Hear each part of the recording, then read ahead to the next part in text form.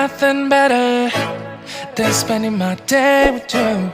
My life's sunny and better, girl, when I'm with you. She illuminates so bright like a star in the sky. Hello mga ka-jobs, welcome back to my channel. Yun at babalikan natin yung gagawin na doon sa isang client na magkakabit tayo ng refrigerator socket para sa rep nila kasi hindi raw sila makapag gamit ng rep nila kasi wala saksakan. So yun ang natin, bibili muna tayo ng mga materyales tapos pupunta na tayo doon sa client. Alright. Hello, andito tayo ngayon sa sa hardware. Titingin tayo ng ng mga electrical products na electrical materials na gagamitin natin. At ito ngayon. At punta tayo sa electrical area. So dito tayo. Ayan. Okay. So kailangan natin ng metal box. Ito. Kailangan natin na ito. Tsaka kailangan natin ng switch outlet. Ito. Yan. Yung kailangan natin switch outlet. Tsaka meron din dito yung may mga outlet na may mga USB. Yan. Pero maganda lang ito sa mga living room. Yan, hindi kasi ito pwede pang kusina kasi mayroong tubig kasi doon sa kusina, kaya hindi ito pwede. Pero lang siguro doon sa may mga dining area pwede rin to kasi may USB. Pwede nang hindi gamitan ng plug. Bali USB plug lang siya. Yan, yung charger niya. Yan. Yan siya. Mahal-mahal lang siya. Yung isa is 16. Samantala itong binili natin is 4 euro lang yan. Kaya ito.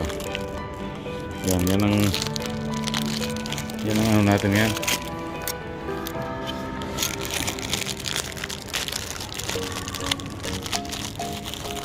Alright. Punta rin pala tayo dito sa mga lock kasi magpapapalit din pala sila ng lock. Yung EU bolt cylinder, yung mga cylinder ng nila ng lock kasi bagong bili kasi yung bahay nila kaya kailangan palitan ng mga lock. Ayan, so yun, mag-ano tayo dito ng lock para sa kanila. Hello mga ka-jobs, ito. Ngayon po tinanong po natin yung washing machine nila kasi kakakabit lang kaso yung kinabit nila sa hot water doon sa pula. Yung blue kasi cold water, yung pula kasi hot water, kaya natin. I-transfer lang natin yan. Madali lang naman yan. Tapos yung mali talaga. Mali. Tapos dyan din tayo kukuha ng source ng electrical papunta dito sa kabila yun para mag-wiring lang tayo. Alright, okay. Ayan po, so ang una po natin gagawin is ito yan.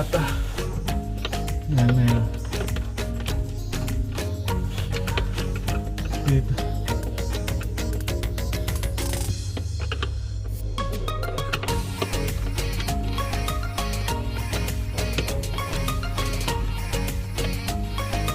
Ibang klase po itong na to, yung kanilang fittings ng electrical.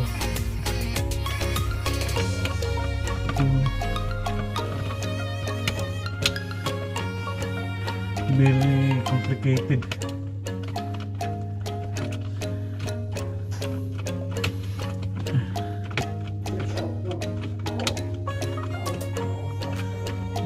Mamaya i-off natin yung yung socket.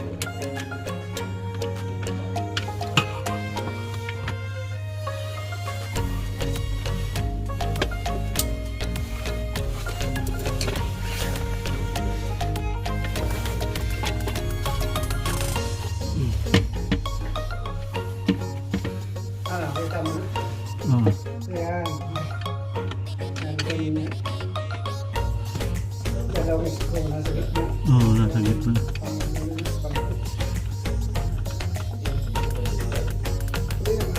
Yan ang ito klase sa akin. Outlet. Hindi ka tulad ka na nasa labas ng screw. Ito nasa gitna. Ibang box niya.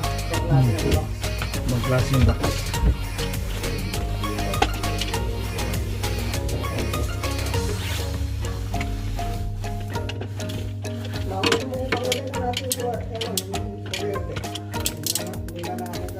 Ah, sige, pwede. Wag lang yung light, ha, mga yung socket lang. Ah, yung mga socket. Doon sa circuit breaker. Doon sa circuit breaker.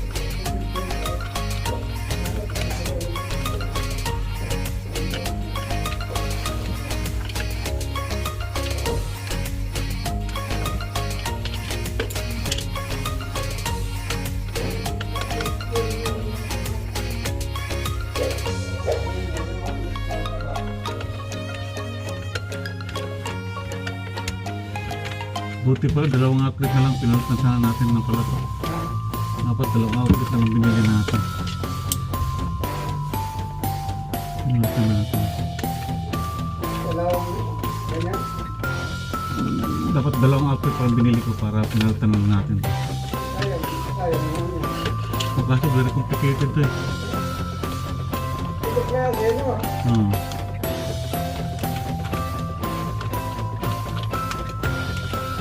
Masyadong komplikado to.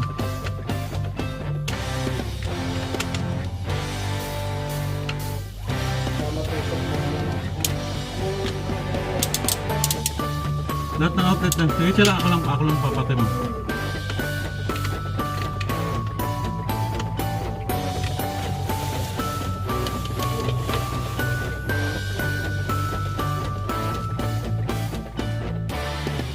Hello mga ka-jobs. Kailangan siguro natin magpalit ng ano ng junction box kasi yun yung pinakaano niya is sira, yan o, doon sira, at saka ito rin yung pinakaano niya rin dito, ito yan, sira din yung naghahawak ng ano, yan, yan sira din siya ito, yan. So kailangan palitan natin ulit ng ano panibago, at saka yung junction box papalitan natin para safety ang ano, safety ang ano nila dito, yung connection. Alright. Yan mga kajab, natabit na tayo ng socket. Balik pinalitan natin to dito kasi dati kanina is maliit, ngayon nilagyan natin ng double junction box para sa socket na dalawa din. So ngayon magkano tayo, magpapalitan tayo dito sa socket, tapos matatakbo natin papunta rin.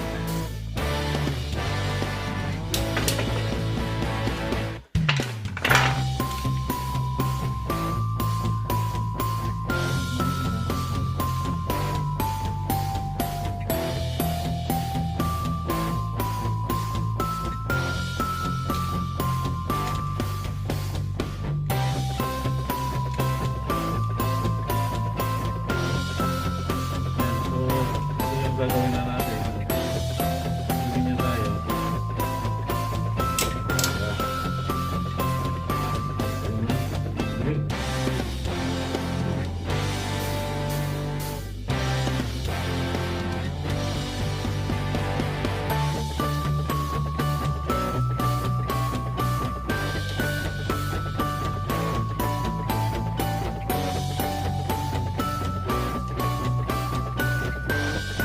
Bali, ito yung live, ito yung neutral, ito yung mga earth, kaya ground. Kung sa atin sa Pilipinas patawag ito ground.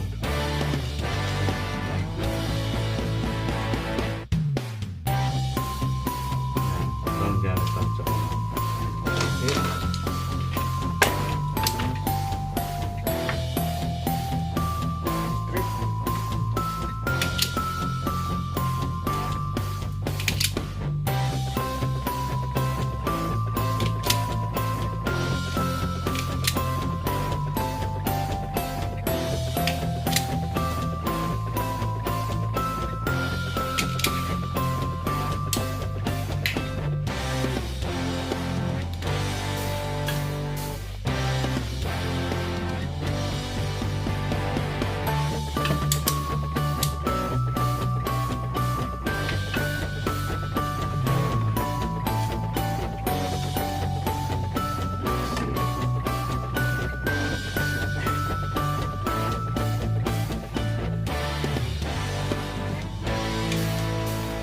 closing mo. Hindi natin yun.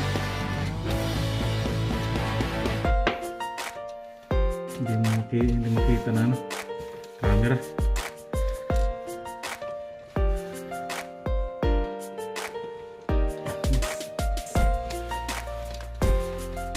Hindi makita ng camera. Ano na.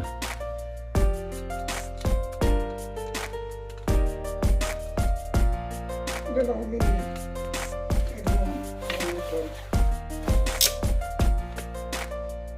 Right ko.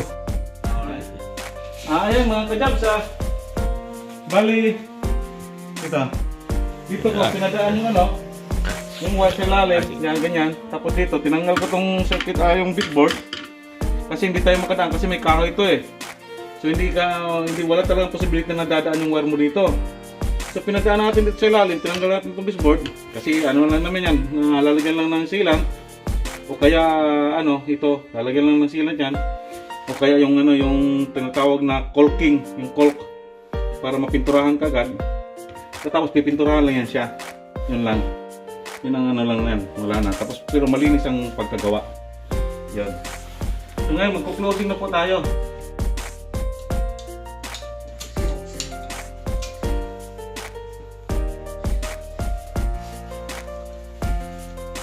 Kasi kung hindi marunong yung magkakabit basta-basta lang hindi siya mag-isip kung saan padadaanin wala, yung wire palabas Oo. Nalagyan ng molding. Parang sa Pilipinas. Oo, nasa Pilipinas, may style ng Pilipinas ang ibang Pilipino, ganyan ang ginagawa nila Ika ang molding sa labas. oo, so actually pangit yun kasi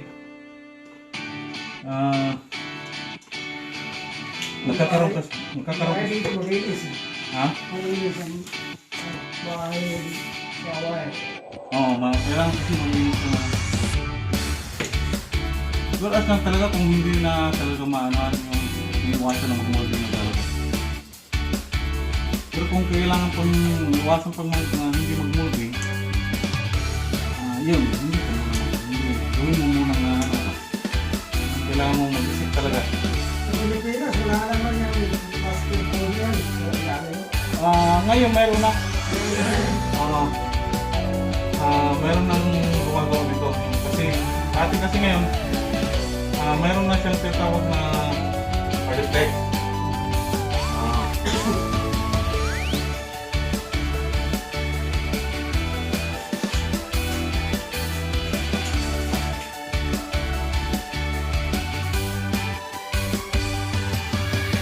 Ayan mga kajabs, okay na. Ayan. May kabitan natin to. Ayan, may power na yung ano nila. Washing machine. Ayan. At saka yan, nakabitan rin natin doon yung outlet. Ayan. Padaanan natin. Ayan. Meron na rin meron na rin power yung ano nila. Refrigerator. Ayan. At ginhawa na to para sa kanila. Ayan. Alright mga kajabs. Ngayon at lilipat naman tayo sa pintuan. Magpapalit tayo ng ng tinatawag na Eurobolt cylinder. Yan, Eurobolt ito. Ito yung tinatawag nilang ito. Eurobolt cylinder. Yan. Alright. Yan siya. Mga dyan pag magtatanggal ng cylinder, ito, inuuna muna dito. Ito siya. Hindi na ito. Yan. Para sa susunod, kayo nang gumawa. Tingnan nyo lang yung vlog ko, tapos kayo nang gagawa. Yan. Ito siya. Tapos,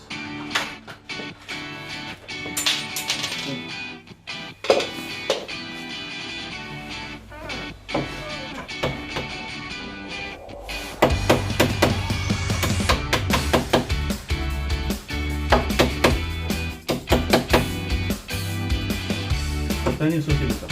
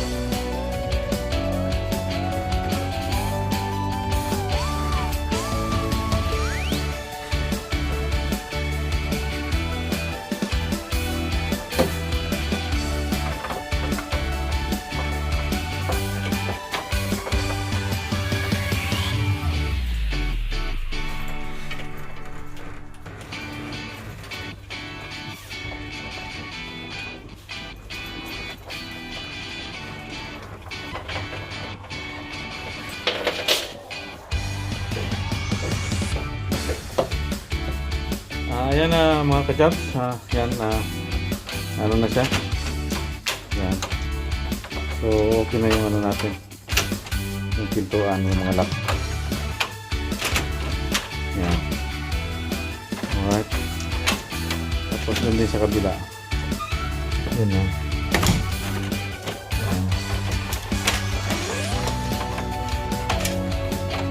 Okay. Ito rin, palitan ko na rin siya ng lock. Ayan. Alright mga ka-jobs. Natapos na naman yung gawain natin sa araw na to. Ayan po mga ka-jobs. Natapos na rin yung ano natin, yung pangalawang client.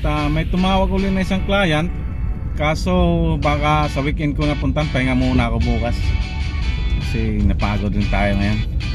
At yun, nagawa na natin lahat-lahat.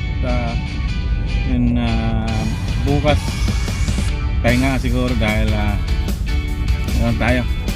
Mag-LS naman tayo. Pagkalawin din natin yung ano natin, yung channel natin. Alright, hanggang dito lang muna mga ka-jobs. Thank you for watching and see you again soon.